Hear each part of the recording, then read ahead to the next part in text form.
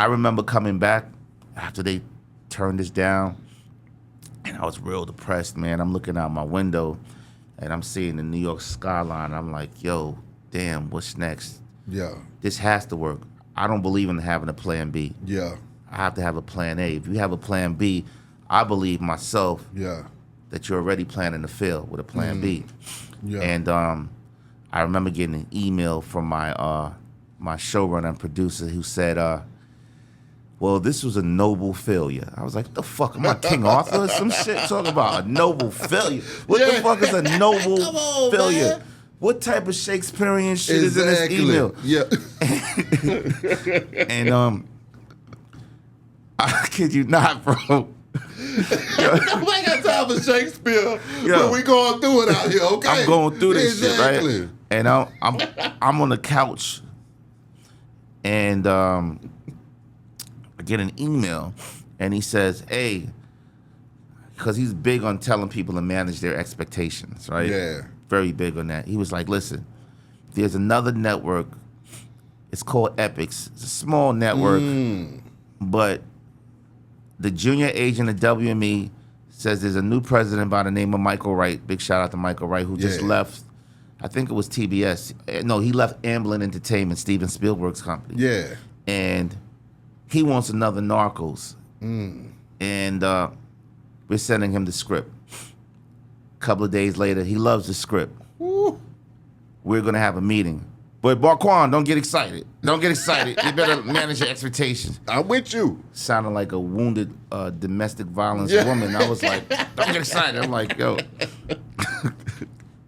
And I'm with you, Markuann. I'm sitting on the couch again at my mother's house this time because they have a meeting. Yeah. And I couldn't afford to get out to LA, man. And Paul. That's kind of stressful. So I mean, now you know damn well you needed to be in that meeting. Yeah. And you sitting at home looking crazy. And my mother. What was going through your mind at that time? Listen, I got a haircut. My mother was like, "Baby, maybe you need to try something else." I looked at my mother like this with the illest grill. I was like, man, if you don't. So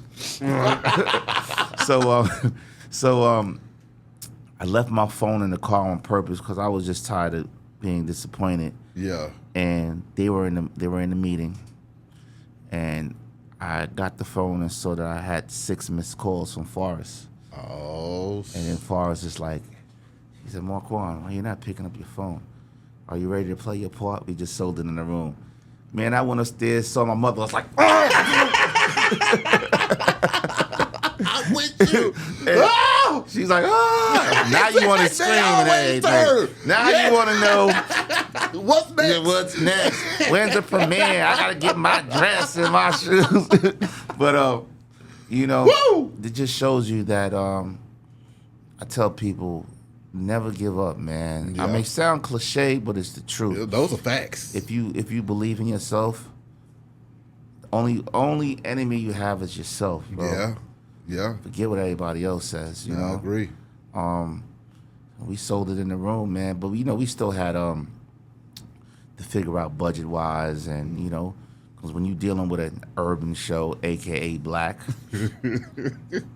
yo, we gonna give them peanut butter and jelly instead of steak and shrimp. You know what I'm saying? So, you know, while the film gods, we created a great show, man. Yeah. Big shout out to Chris Brancato for writing, you know, Michael Payne's, Forrest, God bless the dead, Paul, who I know is looking down right now, R.I.P. And he was able to see 3 seasons and his dream come true. Yeah. You know, so it's just a great show, man. I always wanted to create a show that's a conversation piece. How did Bumpy's granddaughter feel about it all? She passed away before even, she passed away in 2016. I just took the torch and I just kept going. I made her a promise. She told me that she was going to transition soon. Yeah. Because she was really, you know, Margaret was very, she was hard-headed. She was stubborn. She really had a Johnson blood trait in her. And I'm going to tell you a story. I'm not making it up. So Margaret used to ride around in this motorized wheelchair with this mangy dog with patches all over it, right? Yeah. And she used to have the wheelchair with the Mary Poppins card in the front. Yeah. Doing 20 down the block, 20 miles an hour down the block, right? And one hot summer, this dude tried to rob her. She went and pulled out her 357 and shot him in the ass. Like, boom! Yeah. Wheelchair, boom! Yeah. And he ended up going to McDonald's, leaking, hit him in the ass and the elbow. Yeah. Cops came. She was like, I was on my way to the gun range. So they took a gun from her, and your listeners could Google this. They call her Granny Oakley on the paper. The New York Post. They showed her with her Uzi. You know, so Margaret really was. If she loved you, she loved you. But if she didn't like you, she didn't like you. You exactly. know? So, yeah.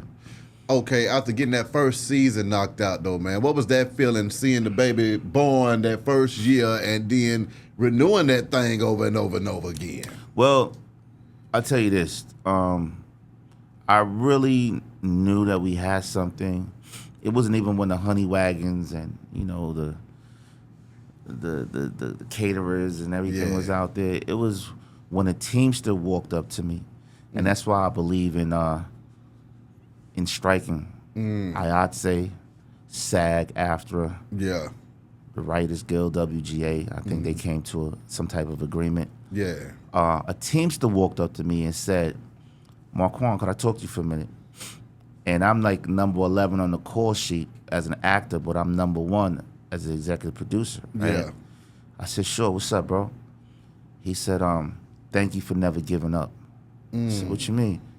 He said, for you not giving up allowed me to feed my family for the next 6 months. My God. So that's when I knew that I was like, wow, this is surreal. And you know, I've always wanted to, like I said, I like to make history cool. So I brought on Swizz Beatz. Big shout out to Swizz. Swizz is executive music producer and is doing his going thing. Crazy, doing his thing, man. Big shout out to Swizz. What was that conversation like when you got Swizz on board, though? Well, a big shout out to all the producers out there, because we had a few producers we were looking at, but I'm the youngest and the only African American executive producer now that Paul has passed away, other than Forrest. Yeah. And you'd be so bugged out that a lot of these folks are not in tune with the culture. So some of them may not even know who Jay-Z is. I know you probably like, what you mean nobody knows Jay-Z? Well, think about this. Would you know an Asian billionaire if he walked past you? Come on. Well, either Asian lady or Asian man, because that's their culture. Exactly. They didn't know the culture. So there was a lot of producers they were looking at, from the Mike Wills of the world to DJ Mustard. Yeah. But I was like, we need that gritty New York feel. You feel what I'm saying? And I love Mustard. I love Mike Will. You know what I'm saying? But we needed that gritty New York feel. And I said, we got to get Swizz. Yeah. And Swizz, man's been doing an amazing job. I remember when we did the theme song. Yeah. With Ross and God Bless the Dead DMX. Come on, man. And when we heard that, we was like, we know we got it. Grady was like, yo, we got one right now. Big shout out to Grady, you know what I mean? And it's just a beautiful thing just to see so many creators in a room. Yeah. You know, in one studio, you got Dave East. Another studio, you got Rick Ross. Come on. Another studio, you got DMX. Another studio, you got Jendea. You know what I'm saying? So it's like, just an amazing thing, man.